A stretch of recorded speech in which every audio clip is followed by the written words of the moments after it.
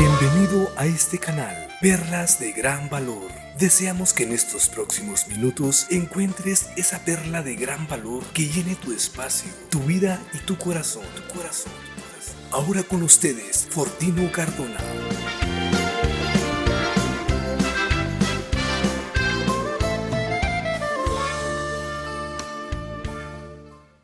Shalom, Ubrajot.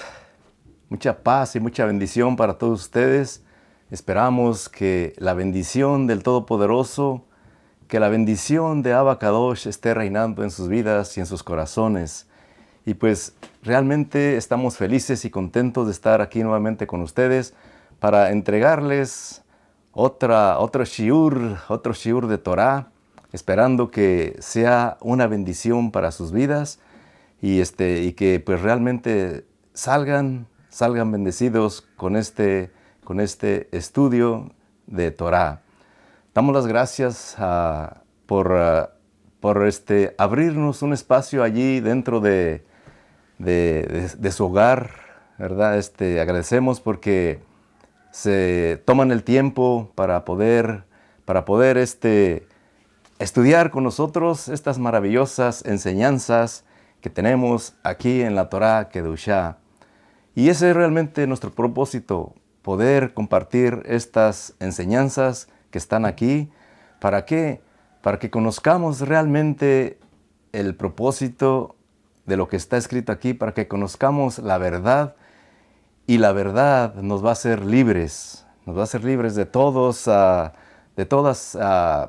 estas cosas que a veces están arraigadas en nuestro corazón, que están arraigadas en nuestra vida y que muchas veces desconocemos por causas, ¿verdad? Por causas que a veces pues están allí, pero que muchas veces no dedicamos el tiempo para poder ir a las Sagradas Escrituras y entonces estudiar, ¿verdad? Estudiar de lo que está escrito allí.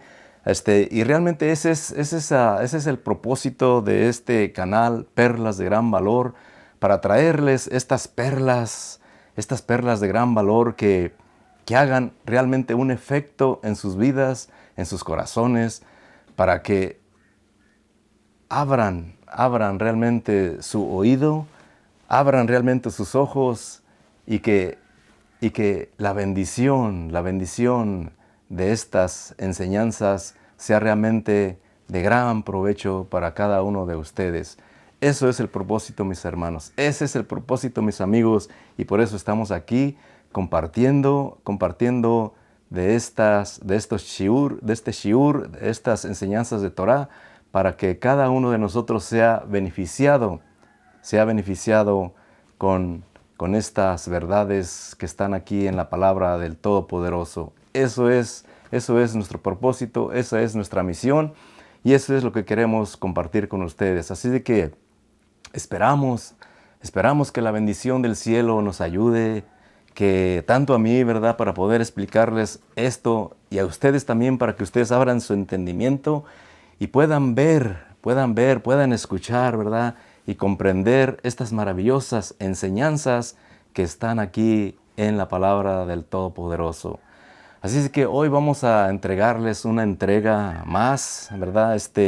Y vamos a hablar de la vida de nuestro bendito Salvador, Yeshua HaMashiach, como dijimos en la anterior entrega que les dimos, ¿verdad? Que realmente el nombre del Todopoderoso, del Todopoderoso Yeshua, ese es su nombre verdadero. ¿Por qué? Porque realmente Él nació judío, Él nació Él fue israelita y por ello tiene que llevar un nombre hebreo, y su nombre hebreo es Yeshua HaMashiach, Yeshua, nuestro Mesías, nuestro Salvador, aquel que vino, claro, vino a este mundo. ¿Para qué? Para que por medio de su sacrificio nosotros pudiéramos tener vida y vida eterna. Ese fue el propósito de su venida. Y claro, vamos a hablar hoy, ¿verdad?, de la vida de su judaísmo que él tuvo cuando estuvo en este mundo, en esta tierra, ¿verdad? Y exclusivamente en la tierra de Eres Israel, en la tierra de Israel. Vamos a pensar un poco en Yeshua. Pensemos un poco en Yeshua, pero vamos a pensar en el Yeshua histórico. El Yeshua de los evangelios sinópticos, ¿verdad? Como lo presenta allí Meir, ¿verdad? Que Meir es en hebreo Marcos, que está allí en Hillel. Hillel es en hebreo y su nombre posterior es Lucas. Y también en Matitiyahu que es Mateo. Entonces, fíjense, Yeshua nació en Israel, ¿verdad? En la ciudad ¿de quién? Del rey David, para el tiempo del otoño. Posiblemente durante la fiesta de Sukkot, como ya dijimos anteriormente, ¿verdad? Aproximadamente unos meses antes de la muerte de Herodes el Grande. Ahí es cuando se nos dice, ¿verdad?, que fue el nacimiento de Yeshua, ¿verdad? Es decir, Yeshua nació en el año 4, ¿verdad? Antes de su nacimiento, es cuando él tuvo su nacimiento y vino a este mundo. Yeshua, fíjense, Yeshua no fue bautizado de niño. Él fue circuncidado judíamente a los 8 días que él nació. O sea, él no fue realmente bautizado, ¿verdad? Él fue circuncidado, ¿verdad?, a los 8 días de nacimiento, porque realmente hasta hoy en día, cuando un niño judío nace, es circuncidado a los 8 días. Y así fue con Yeshua. Él fue circuncidado a los 8 días. Yeshua de pequeñito no fue presentado en un domingo por la mañana en alguna iglesia por algún sacerdote cristiano o pastor cristiano, porque realmente no existían sacerdotes ni pastores cristianos en el tiempo que nació Yeshua. O sea que no fue por ese lado, ¿verdad? Entonces, ¿qué pasó con Yeshua cuando era él un bebé? Bueno, él fue circuncidado, como ya dijimos, a los 8 días. Luego, a los 30 días de nacido, el bebé Yeshua fue llevado por sus padres al templo de Jerusalén para recibir el Pidión Javén, o sea, o rescate del primogénito, como está escrito en la ley de Moisés o en la ley de Moshe, allí en Shemot 22, 28 y 29, que es Éxodo 22, 28 y 29, y allí establece lo siguiente, dice la Escritura, dice, me darás el primogénito varón entre tus hijos, lo mismo harás con tu ganado y tus rebaños. Esa era la ley, ¿verdad?, que estaba allí en lo que escribió Moisés en uno de sus libros, en uno de sus sefer, que es el sefer Shemot, que es el sefer Éxodo, ¿verdad? Entonces allí el Eterno establece esta ley. Dice, me darás el primogénito varón entre tus hijos. Dice, y lo mismo harás con tu ganado y tus rebaños. Entonces la interpretación práctica de este mandamiento lleva a la práctica de decir todas las cosas primogénitas a Dios, llevándolas a los Kohanim, o sea, a los sacerdotes. Eso era lo que se hacía, ¿verdad? Entonces, dice que los animales primogénitos se ofrecían como sacrificio, especialmente mientras que los primogénitos de los hombres ingresaban al sacerdocio o al servicio sacerdotal. Eso era realmente lo que pasaba con los primogénitos, ¿verdad? Tanto de los hombres como de los animales. Los animales iban al sacrificio, ¿verdad?, que se ofrecían en aquel entonces en el templo, y los primogénitos de los hombres ingresaban, como ya dijimos, al sacerdocio o al servicio sacerdotal en el templo de Jerusalén. O sea que la ceremonia original del Pidión Javén tuvo lugar un mes después del nacimiento, ¿verdad? O sea que los primogénitos varones que no eran hijos de Kohanim o levitas fueron liberados, ¿verdad?, simbólicamente del servicio sacerdotal mediante el pago de 5 siclos de plata. Eso era, ¿verdad? Dice, o sea que esos 5 monedas de plata se los daba a uno de los sacerdotes. Y el dinero se utilizó para mantener el templo. Entonces los padres, ¿qué pasaba? Regresaban a sus hogares con sus hijos. ¿Por qué? Porque ya habían dado el rescate por el primogénito, ¿verdad? Entonces los padres de Yeshua, tanto Yosef, o sea José, y Miriam, que fue María, ¿verdad?, siguieron al pie de la letra este mandamiento de redimir a su hijo primogénito de los deberes del servicio sacerdotal en el templo de Jerusalén, en pie para aquellos días que nació nuestro Mesías, nuestro Yeshua, nuestro bendito Salvador. Entonces, Yeshua nunca fue a una iglesia, fíjense, sino a la sinagoga y al templo judío de Jerusalén durante las fiestas peregrinas. Él nunca fue a una iglesia, porque en ese tiempo realmente no habían iglesias, ¿verdad? O sea que Yeshua nunca supo lo que era un templo cristiano, imagínense. O sea, de hecho, no existían templos cristianos sino hasta el bien entrado el segundo siglo después de Yeshua. Después de que vino el segundo siglo, mucho más después de Yeshua, entonces fue cuando aparecieron estos templos cristianos. O sea que realmente no hay evidencias históricas, ¿verdad?, de la existencia de templos cristianos, sino a partir del año 250, es decir, a partir de la mitad del tercer siglo después del nacimiento de Yeshua. Es entonces cuando aparecen y hay evidencias históricas de la existencia de estos templos cristianos, no antes. O sea que Yeshua nunca escuchó a alguien llamarle Jesús, ni mucho menos Cristo. Él nunca, en sus días de su vida, nunca escuchó a nadie llamarle de ese nombre Jesús, ni mucho menos, como ya dijimos, Cristo. O sea que Yeshua nunca tuvo en sus manos un rosario, imagínense, ni supo nada de la Santa Cena, ni tuvo idea de lo que ahora se conoce como la Eucaristía. En sus días, nuestro bendito Salvador nunca supo nada acerca de estas cosas. O sea que Yeshua nunca bautizó a nadie, ni enseñó a bautizar a nadie en el nombre del Padre, del Hijo y del Espíritu Santo, como ahora se practica esta enseñanza, ¿verdad? O sea que él, ya crecido y hecho hombre, fue visto y respetado por todos los judíos de sus días como un rabino, ¿verdad? Como un ribi, como un raboní, o sea, como mi rabino. Él fue visto de esa manera, pero nunca fue visto de otra forma.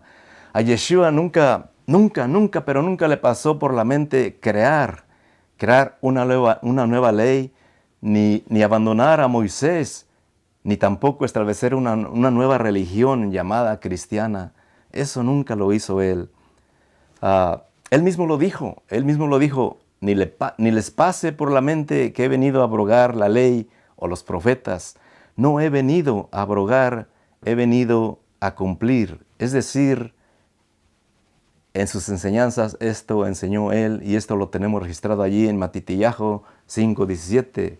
Allí en Mateo 5:17, ahí está registrado esta cita. O sea que a Yeshua nunca se le ocurrió la idea de divorciarse del judaísmo, donde nació y donde creció, donde fue educado, y al cual dedicó exclusivamente toda su sabiduría, su fuerza, su juventud, no un día, sino todos los días de su vida, y toda la riqueza de sus enseñanzas hasta el mismo día de su muerte. Eso fue lo que él se dedicó a hacer, ¿verdad? De hecho, Yeshua nunca enseñó a no judíos, ni permitió que sus estudiantes entraran en ciudades no judías. Imagínense, hasta ese punto llegó. O sea que Yeshua, en los días de su vida en Israel, no solamente se limitó exclusivamente a los judíos, tampoco permitió a sus estudiantes ir a otro pueblo que a su pueblo judío, a pesar de que para entonces Israel estaba lleno de gentiles. Pero tenemos que tener y poner mucha inteligencia aquí y, como dice allí, mucho ojo, ¿verdad? O sea que todo lo que tenemos en el Nuevo Testamento, todo lo que se dice en el Nuevo Testamento que pone realmente en los labios de Yeshua, cuando dice ir por todo el mundo y predicar el Evangelio a toda criatura, nunca, pero nunca fue dicho por Yeshua. Esto fue una adición cristiana posterior, mucho después de Yeshua. O sea que Yeshua nunca dijo, y será predicado este evangelio del reino en todo el mundo, y entonces vendrá el fin. Entonces, ¿qué pasó aquí? O sea, ¿qué pasó? Que muchas veces se agregaron estas cosas allí, textos agregados en las Sagradas Escrituras, ¿verdad? O sea que realmente esto está en los evangelios, por supuesto, pero fue una adición cristiana posterior, porque Yeshua en los días de su vida nunca enseñó a gentiles, ni permitió a sus estudiantes ir a los gentiles. Eso era la enseñanza que él tenía en esos días, ¿verdad? O sea que sus palabras fueron muy claras. Por camino de gentiles no vayáis, ni en ciudades de samaritanos entréis, dijo él. Antes bien, id a las ovejas perdidas de la casa de Israel. Y este pasuk lo tenemos registrado allí en Matitiyahu, o sea, allí en Mateo 10:5, si acaso tú lo quieres corroborar, ¿verdad? Y puedes ir ahí a tus Sagradas Escrituras y abrir este texto, y ahí está. O sea que también Yeshua dijo, no soy enviado sino solamente a las ovejas perdidas de la casa de Israel. Y tenemos este pasuk o este texto allí en Mateo 15:24. O sea, si él no fue enviado sino a las ovejas perdidas de la casa de Israel, o sea, ¿cómo dirás luego, vayan a los gentiles? O sea, ¿cómo podemos decir eso? Esto sería realmente una contradicción a las palabras y a las enseñanzas que él enseñó. O sea, ¿cómo puede alguien que se limita exclusivamente a los judíos, ¿verdad? Que no permite ir a los no judíos, que no enseñen a los no judíos, ni permitió a sus estudiantes enseñar a no judíos, sino exclusivamente a los judíos, hablar tales cosas? O sea que esto sería un desmentido, o sea, una reconvención teológica en sí mismo. O sea que una discrepancia, ¿verdad? Impensable con un hombre como fue nuestro bendito Salvador, como fue Yeshua. O sea, si Yeshua hubiera enseñado a sus estudiantes en los días de su vida ir a los no judíos, ¿Cómo explicas el rechazo de Pedro de ir a los gentiles y específicamente a casa de Cornelio, que era no judío? O sea, ¿cómo lo puedes explicar esto? ¿Verdad? Si Yeshua hubiera enseñado en los días de su vida a sus estudiantes ir a los no judíos, ¿cómo explicas que cuando 10 años después de Yeshua, al enterarse del hecho, el resto de los apóstoles le reconvienen a Pedro el haber entrado en casa de un gentil, como documenta Memorias Apostólicas? Allí está esto en Hechos de los Apóstoles 11. O sea, es una pregunta. O sea, si Yeshua hubiera enseñado tal cosa como una posibilidad, ¿verdad?, en los días de su vida, entonces, ¿por qué entonces los apóstoles y el resto de los judíos le reprocharon a Pedro haber entrado en casa de incircuncisos y comió con ellos? O sea, es otra pregunta. O sea, ¿por qué? Porque realmente, a no dudarlo, el regaño fue inmenso y fue público, porque ellos creían que Pedro había traicionado las enseñanzas de Yeshua, que fue clarísima para ellos. por caminos de gentiles no vayáis. Él dijo Yeshua, ni en casa de samaritanos entréis. Antes id a las ovejas perdidas de la casa de Israel. Esas eran y esas fueron las ordenanzas que Yeshua les dio a sus estudiantes.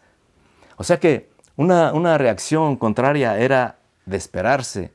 Si Yeshua hubiera enseñado a ir a los gentiles en los días de su vida, pero realmente no fue así por una simple razón, mis amigos. Yeshua les prohibió ir a los gentiles en los días de su vida en Israel, y por lo tanto la acción de Pedro de entrar a la casa de un judío fue vista por el resto como una violación, no un cumplimiento, sino una traición a las enseñanzas de Yeshua.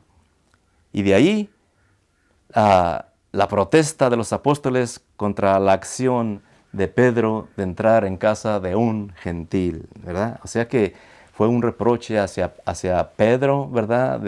Por haber entrado en la casa de un gentil, ¿verdad? O sea que está claro entonces que el movimiento original de Yeshua fue judío, esencialmente, o sea, judío que no permitió la intromisión de no judíos, ¿verdad? O sea que cuando pones toda esta evidencia junta, ¿verdad? O sea que no puedes escaparte a una realidad. Yeshua es un judío entre judíos y para judíos solamente. Pero aquí otra vez tenemos que observar una cosa y poner mucho ojo, ¿verdad? Pero esto no significa que Yeshua no tenga un magnífico programa y un extraordinario bien para los no judíos. Por supuesto que sí, claro. Lo que estamos enfatizando ahorita es que en los días de su vida física de Yeshua, en Israel, del tiempo para los gentiles, o sea, ese tiempo para los gentiles todavía no había llegado, ¿verdad? O sea que lo que está pasando aquí fue un movimiento judío entre judíos y para judíos exclusivamente. O sea que había un programa también para los gentiles, para los no judíos, pero ese tiempo todavía no había llegado, porque vamos a ver más posteriormente, ¿verdad? Cuando un hombre fue escogido, ¿verdad? Para venir a este tiempo, ¿verdad? Para enseñar a los gentiles el programa de la salvación, el programa de Yeshua, y ese hombre indicado fue Rab Shaul, que fue el apóstol Pablo, como se conoce en nuestros días. O sea que, basado en todo lo anteriormente explicado, o sea, podemos decir entonces que el movimiento de Yeshua no fue un movimiento cristiano, fue un movimiento judío entre judíos y para judíos realmente para ellos. O sea que con todas estas evidencias, ¿a quién se le ocurre pensar que Yeshua estableció una religión diferente al judaísmo y que su propósito era reemplazar a Moshe, o sea, reemplazar a Moisés y reemplazar la ley y reemplazar al judaísmo por el cristianismo? Mis amigos, mis amigas, estas son paradigmas creadas por la teología cristiana posterior, preñada de teologías del reemplazo y de la teología de la transformación, de la transformación y de la transferencia, que no tiene fundamento histórico, ni bíblico, ni teológico. Eso es lo que es. O sea, ¿cómo podemos entonces seguir hablando de Yeshua como el fundador del cristianismo? ¿Y cómo podemos seguir diciendo que Yeshua fue cristiano y seguir diciendo que Yeshua fue cristiano y que también sus discípulos y que sus discípulos judíos originarios eran cristianos, sin violar sin violar esta investigación histórica y la realidad histórica elemental que tenemos delante de nosotros? O sea, ¿cómo se puede hacer esto? O sea que el judaísmo de Yeshua no fue un movimiento cristiano, fue un movimiento judío dentro del judaísmo que luego abre las puertas también al mundo no judío. O sea, que su esencia, pues, es judía, su esencia es judía, no cristiana. O sea que el judaísmo netzarita es la restauración moderna del judaísmo de Yeshua por parte de aquellos que seguimos sus enseñanzas y consideramos vinculantes sus propuestas de redención para Israel y también para todo el mundo. O sea que mis amigos, mis amigas, con mucho respeto y con mucho amor, tenemos nosotros que quitarnos los lentes greco-romanos, ¿verdad? Y ponerlos a un lado. Tenemos que quitarnos los lentes greco-romanos y ponerlos a un lado, ¿verdad? Y ponernos realmente los lentes hebraicos, ¿verdad? Y adquirir una mente hebrea. O sea, la mente de Mashiach, lo que realmente Él nos enseñó, y comenzar a mirar el texto hebreo entre ellos, ¿verdad? Y entonces verás la enorme diferencia entre el significado hebraico del texto bíblico y la interpretación posterior que surge fuera de las fronteras teológicas y geográficas de Israel. Hay una palabra en hebreo que dice Shuvah, y Shuvah significa girar y regresar. ¿Regresar a dónde? Regresar a las sendas antiguas, regresar a las enseñanzas realmente que el bendito Salvador nos entregó, y que realmente sus doctrinas fueron realmente verdaderas, ¿verdad? O sea que realmente debemos de regresar a lo que es realmente la verdad. La verdad, y cuando nosotros conozcamos la verdad nos va a liberar.